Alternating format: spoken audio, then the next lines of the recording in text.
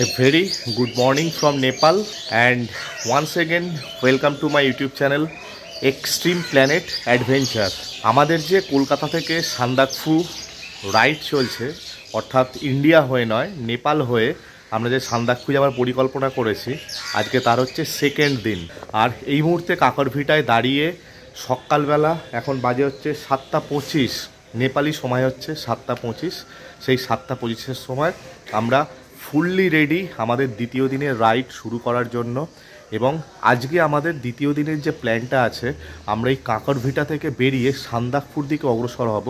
যে প্ল্যানটা করে রেখেছি সেটা হচ্ছে আজকেই আমরা সান্দাকফু কিন্তু টাচ করার পরিকল্পনা করছি না। অনেকে আছেন যারা একদম হচ্ছে একদিনই সান্দাকফুটা করেন, সেক্ষেত্রে বিভিন্ন রকম প্রবলেম হয়, সেটা রাস্তায় যেতে যেতে আলোচনা করব। আমরা প্ল্যানটা করেছি আমরা পুরো সান্দাকফু না গিয়ে আজকে সান্দাকফুর কাছাকাছি বা সান্দাকফুর আগে কোনো একটা জায়গায় যদি থাকার জায়গা পাই, বিশেষ করে আমরা প্ল্যান করেছি কালীপোখরি অবধি যদি আজকে পৌঁছাতে পারি তাহলে কালীপোখরিতে আজকে স্টে করব। তারপর কালকে কালীপোখরি থেকে সান্দাকফু যাওয়ার একটা চেষ্টা করব। এই যে আমাদের বাইক মোটামুটি রেডি, মোটামুটি না পুরোপুরি রেডি। আমরা সকাল উঠে চেন ক্লিন করে নিয়েছি, এই যে সব কত ময়লা বেরিয়েছে, তার সাথে চেন লিউবও করে নিয়েছি। আর আমার যে পার্টনার এসছে, পার্টনারের বাইকও এখানে পুরোপুরি রেডি হয়ে গেছে একদম। দুটো বাইক আপাতত এই সকালবেলা 7:30টার সময় নেপালের কাকরভিটা থেকে, নেপালের দিক থেকে সান্দাকফু ওঠার পরিকল্পনা করার জন্য এক্ষুনি বেরিয়ে পড়বে।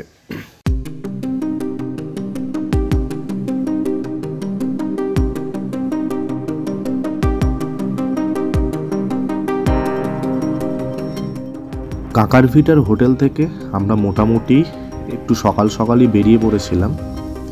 তার কারণটা হলো যে আমাদের যে প্ল্যানটা আজকে ছিল, যেটা বলেছি যে আমরা আজকে চেষ্টা করব যে সান্দাকফুর যতটা সম্ভব কাছাকাছি পৌঁছে যাওয়া, এবং আমাদের টার্গেট রেখেছি যদি আজকে কালীপোখরি পৌঁছে যেতে পারি, তো সেই জন্যই কালীপোখরির উদ্দেশ্য নিয়েই আমরা কাকরভিটা থেকে বেরিয়েছিলাম। তাই সকাল যদি একটু বেরোই, হাতে আমাদের অনেক সময় থাকবে। তো সেখানে মাঝখানে যদি রাস্তা খারাপও থাকে, সেই ক্ষেত্রে আমরা হাতে টাইম পাবো কালীপোখরি অবধি পৌঁছে যাওয়ার জন্য।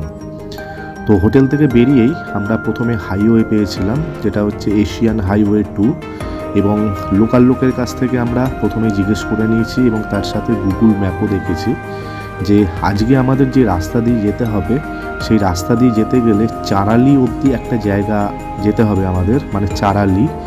সেই চারালি পৌঁছে সেখান থেকে আমাদের রাইট সাইড নিতে হবে, রাইট টার্ন। তো এই কাকরভিটা থেকে চারালি অবধি ছিল মোটামুটি 10 থেকে 11 কিলোমিটার, খুব বেশি সময় লাগার কথাও নয়। তো আমরা খুব অল্প সময়ের মধ্যেই কাকরভিটা থেকে বেরিয়ে একদম চারালি পর্যন্ত গিয়ে উপস্থিত হয়েছিলাম। তো এখন আমরা এশিয়ান হাইওয়ে 2 ছেড়ে চারালি মোড় থেকে ডান দিকে ঢুকে যাচ্ছি। এই যে চারালি মোড় থেকে আমরা যখন ডান দিকে ঢুকলাম, তারপর থেকে হঠাৎ করে যেন ল্যান্ডস্কেপটা কেমন একটা পরিবর্তন হয়ে গেল। দুর্দান্ত একটা প্রাকৃতিক পরিবেশ, আর দুপাশে হচ্ছে ধানের ক্ষেত, প্রচুর গাছপালা, আর ওয়েদার তো হচ্ছে সেই লেভেলের ভালো ছিল। আজকে আমাদের যে গন্তব্য, সেই গন্তব্যে যেতে গেলে আমাদের কয়েকটা জায়গার উপর দিয়ে যেতে হবে। সেগুলো হচ্ছে যেমন হচ্ছে ওই কান্নাম, তারপর হচ্ছে ফিকতাল, সূর্যোদয়া, এবং তারপরে সেখান থেকে হচ্ছে ইলাম বাজার। আর এই ইলাম বাজারটাই হলো কিন্তু মেইন হচ্ছে একটা পয়েন্ট। তার কারণ সান্দাকফু যেতে গেলে এই ইলাম বাজার কিন্তু আমাদেরকে ক্রস করতেই হবে। তাই ইলাম বাজারকে টার্গেট রেখেই আমরা সামনের দিকে এগিয়ে যাচ্ছিলাম। তাই সুন্দর ল্যান্ডস্কেপের মধ্য দিয়ে যেতে যেতে আমরা কুটিদারা বলে একটা জায়গায় পৌঁছেছিলাম। আমাদের খিদেও পেয়েছিল, যে কারণে আমরা ঠিক করলাম কুটিদারায় পৌঁছে আমরা আমাদের যে ব্রেকফাস্টটা সেটাকে সেরে নেব। আমরা সকাল থেকে বেরিয়ে মোটামুটি 40 কিলোমিটার ট্রাভেল করলাম, আর এখন বাজে হচ্ছে 9:30। আমরা তো ওই 7:30টার পরেই বেরিয়েছিলাম, 7:45 নাগাদ। তো 9:30 নাগাদ আমরা পৌঁছে গেলাম একটা জায়গায় 40 কিলোমিটার ক্রস করে। আর এই জায়গাটার নাম হচ্ছে কুটিডারা, পুরো একদম কুটিডারা, হ্যাঁ না? হ্যাঁ, কুটিডারা। তো জায়গাটা বেশ ভালো জায়গা, এটা একটা টুরিস্ট স্পট, দেখতেই পাচ্ছেন প্রচুর লোক আর প্রচুর দোকানদারি আছে। আর এইরকম একটা সিঁড়ি আছে এখানে, সিঁড়ি দিয়েও ওই ওপরে কোথায় একটা উঠে যাওয়া যায়। তো আমরা আপাতত সেরকম ওপরে কোথাও যাচ্ছি না, তো আমরা এখানে বেসিক্যালি দাঁড়ালাম, অনেকক্ষণ বাইক চালানো হয়ে গেছে, বাইকটাকে ঠান্ডা করতে হবে। আর পুরো রাস্তাটাই ওই চারালি থেকে হচ্ছে একদম এরকম ওপরে উঠছে, যদিও রাস্তার কন্ডিশন বেশ ভালো দেখিয়েছি আপনাদের। তো এখানে দাঁড়িয়ে আমরা একটু টিফিন করবো, দেখা যাক কী টিফিন দিচ্ছে আপনাদের দেখাচ্ছি, তারপরে দেখিয়ে বাকি পথের কথাটা বলে দিচ্ছি। তো আপাতত বসে আমরা হচ্ছে এই কুটিদারার সেই যে বললাম রেস্টুরেন্টে একটা খাবো, সেই রেস্টুরেন্টের ভেতর বসে আছি। এই খাচ্ছে আমার পার্টনার তুহিন। আর আজকে আমাদের মেনুটা একটু দেখাই। এই আমরা বানিয়ে দিয়েছে ডিম চাউ, এগ চাউ।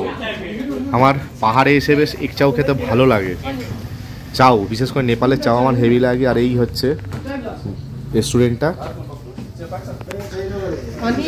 তো এই কুটিদারা জায়গাটায় আমরা পৌঁছে গেছি। 40 কিলোমিটার আমরা রান করলাম এখনো পর্যন্ত, যেটা আগে বললাম। আর এখান থেকে সামনে আছে ফিকাল বলে একটা জায়গা, ফিকাল পার হয়ে আপনাকে যেতে হবে ইলামের পর সেখান থেকে হচ্ছে কালীপক্ষির দিকে উঠতে হবে। তো এখানে শুনলাম ফিকাল আর 5 কিলোমিটার দূরেই ছোট্ট একটা জায়গা, যাওয়ার পথে দেখাবো। আর এখান থেকে মোটামুটি হয়তো যে ইলাম বলে জায়গাটা, সেটা ওই 40-50 কিলোমিটার মতো হবে। তবে ইলাম পর্যন্ত রাস্তা আমরা পাকা রাস্তাই পাবো, যেরকম রাস্তায় এলাম, তাই খুব একটা সমস্যা হবে না। দেখা যাক বাকি পথে রাস্তায় কী হয়, আপডেট তো থাকছেই আপনাদের সাথে। কুটিদারা থেকে ব্রেকফাস্ট করে বেরোনোর সাথে সাথেই লোকাল একটি ছেলের সাথে পরিচয় হয়। সে আমার গাড়িতে যে বিভিন্ন লেখা থাকে কোথায় কোথায় গেছি, প্লাস ইউটিউবের নাম, লোগো, সেই সব দেখে আমাকে দাঁড় করায়। এটা জেনারেলি প্রত্যেকটা ট্রিপে এই রাস্তায় যখন আমি দাঁড়াই তখন বিভিন্ন লোক এইসব দেখে আমাকে দাঁড় করায়, নাম জিজ্ঞেস করে, ইউটিউবের নাম জিজ্ঞেস করে। তো এখানেও সেরকম কেসই হয়েছিল এবং আমি সেখানে দাঁড়িয়ে ছেলেটির সাথে গল্প করছিলাম, তাকে ফোন নাম্বার, ইউটিউবের নাম এইসব দিচ্ছিলাম। তো এটা করতে বেশ ভালোই লাগছিল, কিন্তু যখন তার সাথে সমস্ত কথাবার্তা মিটে গিয়ে আমি আবার গাড়ি চালানো শুরু করলাম, তারপরে দেখলাম যে এটা করতে গিয়ে একটা বড়সড় সমস্যা তৈরি হয়েছে আমাদের দুজনকার মধ্যে, দুজন মানে আমার এবং আমার পার্টনার তুহিনের মধ্যে। তার কারণ আমি যখন ওর সাথে কথা বলে আবার সামনের দিকে এগিয়ে যাচ্ছি বাইক নিয়ে, তখন দেখি আমার সামনে তুহিন কোথাও নেই। মানে বেশ কিছুটা চলে গেছি, প্রায় 4-5 কিলোমিটার, তারপরেও কিন্তু তুহিনকে দেখতে পাইনি। এবং তখন আমি পরিষ্কার বুঝতে পেরেছি যে তুহিন আমার সামনে ছিল, আমি তুহিনের পরে গাড়ি স্টার্ট করেছি। তো আমি যে ওইখানে দাঁড়িয়ে ওর সাথে কথা বলেছি সেটা তুহিন খেয়াল করেনি, আর না খেয়াল করারই কথা, যেহেতু ওর সামনে ছিল, যে কারণে নিজের মতো আস্তে আস্তে এগিয়ে গেছে সামনের দিকে। তো যেই কারণে ওরা আমার মধ্যে কিছুটা ডিস্টেন্স তৈরি হয়ে গেছিলো। তো সেটাকে খুব একটা আমল দিইনি, তার কারণ হচ্ছে আমি জানি সামনে আমাদের কিছু পয়েন্ট ফিক্সড করা আছে, যে জায়গাগুলো আমরা ক্রস করব, সেই জায়গাগুলোর ওখানে গিয়ে নিশ্চয়ই আমার জন্য ওয়েট করবে। তো সেখানে আমাদের নিশ্চয়ই দেখা হয়ে যাবে, সেরকম ভাবনা চিন্তা করেই আমি সামনের দিকে এগিয়ে যাচ্ছিলাম বাইক চালিয়ে। তো যেতে যেতে অদ্ভুত একটা ভ্যালির মধ্যে প্রবেশ করলাম, যেখানে হচ্ছে রাস্তাটা একদম টপ জায়গা দিয়ে যাচ্ছে, আর চারপাশটা হচ্ছে দুর্দান্ত একটা সবুজ ভ্যালি বলতে পুরো চা বাগানের ভ্যালি। আর জায়গাটা ছিল কান্নাম অঞ্চলের মধ্যে পড়ে। কান্নাম মোস্ট প্রবাবলি একটা জেলা হবে, বা ইলাম একটা জেলা, সেই ইলাম জায়গার একটা সদর শহর কান্নাম হতে পারে, সেটা আমার ঠিক জানা নেই। তো যাই হোক, এই কান্নাম জায়গাটা কিন্তু দুর্দান্ত, মানে কান্নাম একটা স্পেসিফিক ভিউ পয়েন্টও আছে যেখানে গিয়ে আমি দাঁড়িয়েছিলাম। কিন্তু সেই কান্নাম যেতে যেতে দুপাশের রাস্তার যে দৃশ্য, চা বাগানের দৃশ্য, প্রাকৃতিক পরিবেশ, সেটা কিন্তু একটা দুর্দান্ত লেভেলের। মানে যে কোনো বাইকার বা যে কোনো হচ্ছে যদি কেউ ড্রাইভ করে যায়, তো এই রাস্তাটা তার কাছে কিন্তু পুরো স্বর্গের মতো মনে হবে, এটা আমি একেবারে নিশ্চিত। তো কান্নামের মানে দৃশ্য এতটাই ভালো, আর এখানকার যে ওয়েদার প্লাস ক্লাইমেট বা এখানকার যে এনভায়রনমেন্ট যাই বলবেন না কেন, এতটাই ভালো। এই কারণে কিন্তু একে পূর্ব নেপালের রানীও বলা হয়ে থাকে কান্নামকে। আর প্রচুর পরিমাণে ট্যুরিস্ট আসে এখানে, যেহেতু এখানকার একটা সুন্দর একটা প্রাকৃতিক পরিবেশ আছে। তো এইরকম রাস্তার প্রাকৃতিক পরিবেশ দেখতে দেখতে আমি গিয়ে পৌঁছেছিলাম হচ্ছে কান্নামে। তো আমি এই মুহূর্তে এখন দাঁড়িয়ে আছি হচ্ছে নেপালের কান্নাম বলে জায়গাটায়। এই যে কান্নাম লেখা আছে এই জায়গাটা, আর এই জায়গাটা থেকে পুরো জায়গার ভিউটা কিন্তু ব্যাপক। এটা বেসিক্যালি একটা হচ্ছে আপনার যে ভিউ পয়েন্ট, সেই ভিউ পয়েন্ট। তো সামনে গিয়ে আপনাদের দেখাই ভিউ পয়েন্টটা, খুব সুন্দর। আমাদের ওখানে যে I love Chinsurah, I love Kolkata, I love Dharmatala এসব লেখা থাকে, তো সেরকম এখানে জাস্ট আই লাভটা লেখা নেই, খালি কান্নাম লেখা। আর এই কান্নাম থেকে হচ্ছে চারপাশের ভিউটা দেখুন, আর পুরো সানি ডে একেবারে। তলায় দেখা যাচ্ছে পাহাড়, ওপরেও পাহাড়, আর ভ্যালিটা ব্যাপক দেখতে। প্রচুর টুরিস্ট এসছে এখানে। ওয়াও ওয়াও, যাওয়ার পথে এই যে ভিউগুলো, জায়গাগুলো দেখাই হচ্ছে দুর্দান্ত। তার কারণ শুধুমাত্র ডেস্টিনেশনে পৌঁছানোটাই বাইক ট্রিপের মজা নয়, আসল মজাটা হচ্ছে পুরো রুটটা দেখতে দেখতে যাওয়া। কান্নাম ভিউ পয়েন্টে কিছুটা সময় কাটানোর পর তারপর আবার রওনা দিলাম একা একাই, যেহেতু তুহিনকে কান্নামেও আমি খুঁজে পাইনি, বেসিক্যালি ও কান্নামে দাঁড়ায়নি। তো এখন আমি ক্রস করছি হচ্ছে সূর্যোদয়া বাজার। এটা সূর্যোদয়া হচ্ছে একটা ভালো জায়গা। ভালো জায়গা মিনস হচ্ছে একটা খুব বর্ধিষ্ণু জায়গা, বাজার, দোকান, জনবসতি সব কিছুই আছে। তো এটা ফিক্কাল বাজার নামেও পরিচিত, কারণ এই সূর্যোদয়ার মধ্যেই কিন্তু ফিক্কাল অবস্থিত, মানে ফিক্কাল বলে জায়গাটা। তো সূর্যোদয়া বাজার ক্রস করেই আমি ফিক্কালের যে মেন জায়গাটা সেটা ক্রস করেছি। তো এই ফিক্কাল সম্পর্কে একটা কথা বলে রাখা উচিত এই জায়গায়। তো আমরা তো নেপালের কাকারভিটা হয়ে যাচ্ছিলাম হচ্ছে সান্দাকফু। তো অনেকে হচ্ছে নেপাল ঢোকার সময় পশুপতি মার্কেট হয়েও ঢোকে। আমরা জানি যে ওই মিরিক বলে যে জায়গাটা আছে আমাদের, মিরিক থেকে যে পশুপতি ফাটাক আছে ওখান থেকে কিন্তু নেপালে ঢোকা যায়। তো যারা হচ্ছে শিলিগুড়ির দিক থেকে আসে তারা কিন্তু বেশিরভাগ ক্ষেত্রেই ওই যে পশুপতি মার্কেট, সেই মার্কেটের যে নেপাল বর্ডারটা বা গেটটা সেটা ক্রস করে কিন্তু সান্দাকফুর দিকে আসে, বা নেপাল ঘুরতে গেলেও পশুপতি মার্কেট ক্রস করে।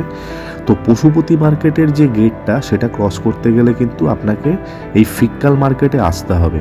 মানে যদি আপনি পশুপতি মার্কেটের দিক থেকে ঢোকেন তাহলে এই ফিক্কাল ক্রস করে আপনি গিয়ে পৌঁছাবেন হচ্ছে সান্দাকফুর দিকে।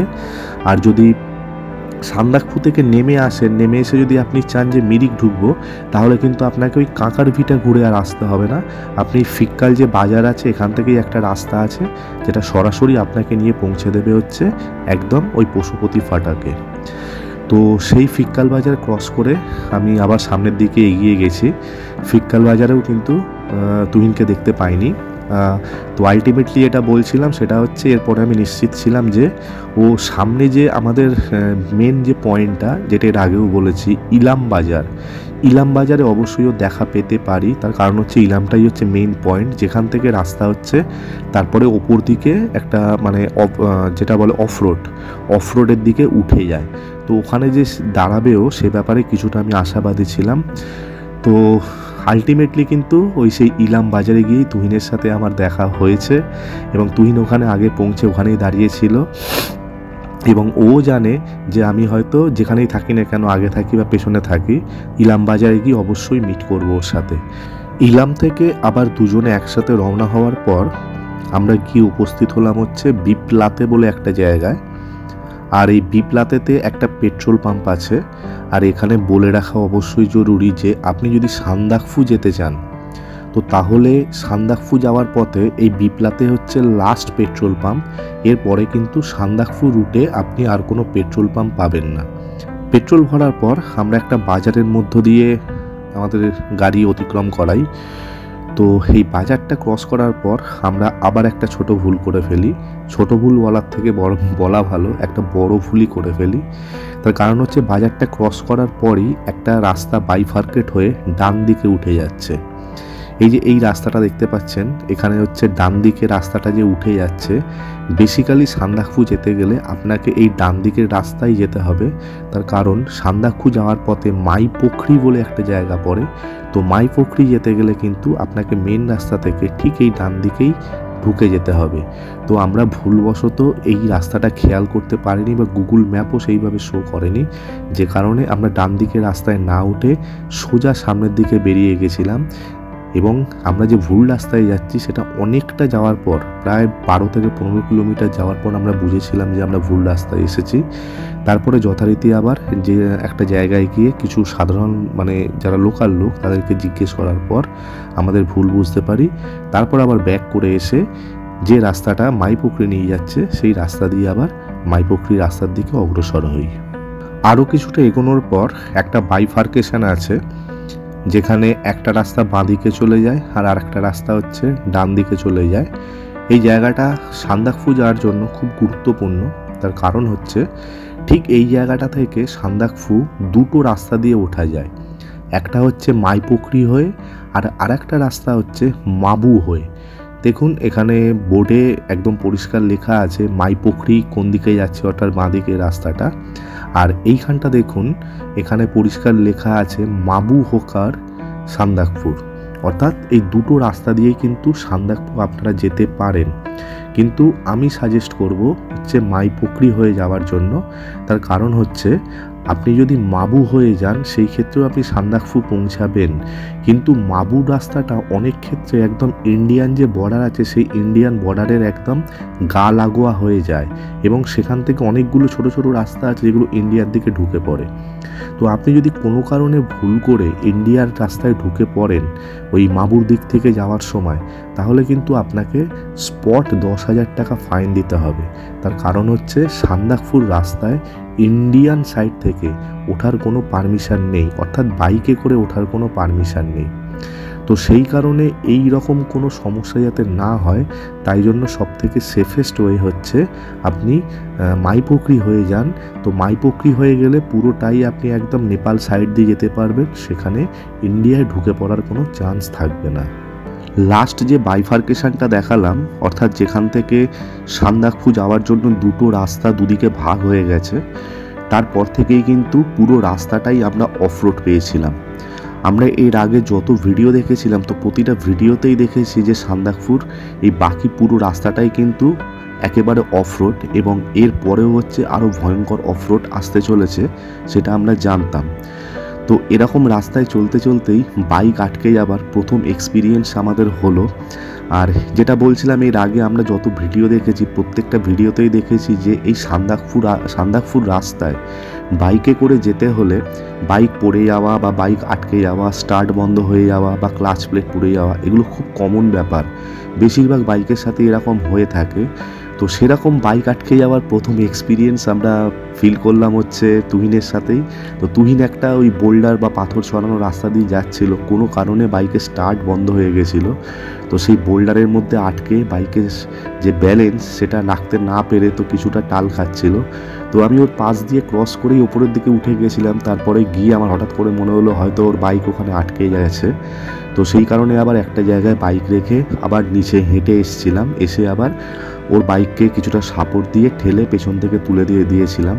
তো এটা ছিল একটা সাধারণ ব্যাপার। এর পরেও যে এরকম কত ভয়ঙ্কর আমাদের অভিজ্ঞতা হয়েছিল বা এরকম বাইকের সাথে বাইক পড়ে যাওয়া, বাইক আটকে যাওয়ার ব্যাপারে, তো সেটা দেখতে গেলে তো আপনাদের পুরো ভিডিওটা দেখতেই হবে। আগে গিয়ার ঠিক করা, ফার্স্ট গিয়ারে দে, চ চ চ, হবে হবে, ডান দিক দিয়ে উঠে বাঁ দিকে উঠবে। হ্যাঁ যা, এদিক দিয়ে না, আচ্ছা চ চ উঠে গেছি এখন, গুড, ধীরে ধীরে। পরবর্তী রাস্তা নুড়ি, পাথর, কাদা, মাটি, বালি এসব ছাড়ার কিছুই ছিল না, একেবারে মানে পিওর অফরোড যাকে বলে সেই অফরোডের মধ্য দিয়েই চালিয়ে আমাদের যেতে হচ্ছিল। এবং আমাদের কাছে এই ব্যাপারটা খুব স্পষ্ট হয়ে গেছিল যে এর সামনে সান্দাকফুর যে পথ সেটা কতটা কঠিন হতে চলেছে সেটা আমরা পরিষ্কার বুঝতে পারছিলাম। তো সেইভাবে নিজেদের প্রিপেয়ারও করে নিচ্ছিলাম পথ চলতে চলতে যে আমাদের কত কঠিন পথ অতিক্রম করে যেতে হবে। তো যাই হোক, এইভাবে চলতে চলতে বিকালের দিকে আমরা গিয়ে পৌঁছালাম হচ্ছে গীতাং ব্রিজে। তো এই গীতাং ব্রিজটা আমাদের একটা পয়েন্টের মধ্যে ছিল, তার কারণ হচ্ছে সান্দাকফুর রাস্তায় কিন্তু আপনি গুগল ম্যাপ সেরকমভাবে পাবেন না।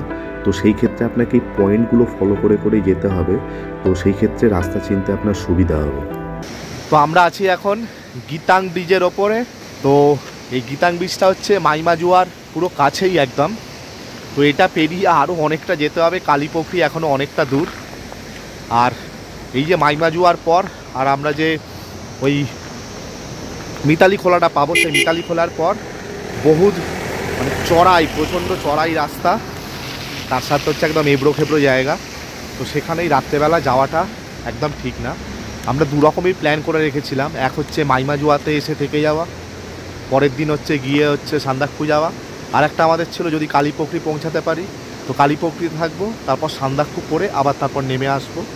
তো আপাতত যে প্ল্যানটা মাইমাজুয়াতে থেকে তার পরের দিন সান্দাকফু যাব, সেটা আমাদের করতে হবে বলে আজকে মনে হচ্ছে। তো অবশ্যই টাইম দেখতে হবে, অ্যাডভেঞ্চার করতে গেলে জোশের বসে চলে গেলে হবে না। শারীরিক ফিটনেস, তারপরে হচ্ছে ধকল, রাস্তার কন্ডিশান, টাইম, তারপরে বৃষ্টি, এই সমস্ত কিছু দেখে যেতে হবে। তো আপাতত আমাদের প্ল্যান হচ্ছে সামনে যেখানে হোমস্টে পাবো সেখানে থাকবো। এরপর দেউরালি বাজার ক্রস করে আমরা এগিয়ে চললাম মাইমাজুয়ার দিকে। যেরকম একটু আগে বললাম যে আজকে যেহেতু প্রায় সন্ধে হতে চলেছে, তাই আজকে কালীপুকুরি অবধি পৌঁছানো কোনো মতেই সম্ভব না। বিশাল পরিমাণে রিস্ক হয়ে যাবে যদি সন্ধেবেলা আমরা এই রাস্তায় বাইক চালাই। তাই সন্ধে নাগাদ আমরা মাইমাজুয়াতে পৌঁছে ওখানেই একটা হোমস্টে নিয়ে সেখানে থেকে গেছিলাম। এখন বাজে 5টা 11, নেপালি টাইম হচ্ছে 5টা 11। আর আমি এই মুহূর্তে দাঁড়িয়ে আছি হচ্ছে মাইমাজুয়াতে। সান্দাকফু যাওয়ার পথে একটা হচ্ছে স্টপেজ, এখানে মাইমাজুয়া একটা জায়গা। তো এই হচ্ছে মাইমাজুয়া। এই যে ঘরগুলো দেখছেন এইগুলো হচ্ছে মাইমাজুয়ার কিন্তু হোমস্টে। এই দুটো হোমস্টে, এদিকেরটাও হচ্ছে হোমস্টে। ওপরে আমরা দোতলায় থাকবো। এই হোমস্টেগুলোর একটা রুমের মধ্যে 3খানা বেড আছে। এখানে 5-6টা রুম এরকম পাওয়া যায়। তো বেডগুলো যত ঠিকঠাক, মানে নর্মাল অবস্থায় ঠিকঠাক। লাক্সারি তো এখানে আশা করা যায় না, একেবারে একদম নর্মাল। তো আমাদের যেটা ভাড়া বললো সেটা হচ্ছে দুজনেই আমরা যেহেতু একটা ঘরে থাকবো, তো দুজনের জন্য রুমের জন্য আমাদের নেবে 700 নেপালি টাকা। দুজনের জন্য 700 টাকা, 7-7-14 নয় কিন্তু। রুমের জন্য 700 টাকা। আর খাওয়ার জন্য যেটা হচ্ছে রাত্রেবেলা খেতে দেবে ডিম রুটি বা ডিম ভাত, তার সাথে সবজি।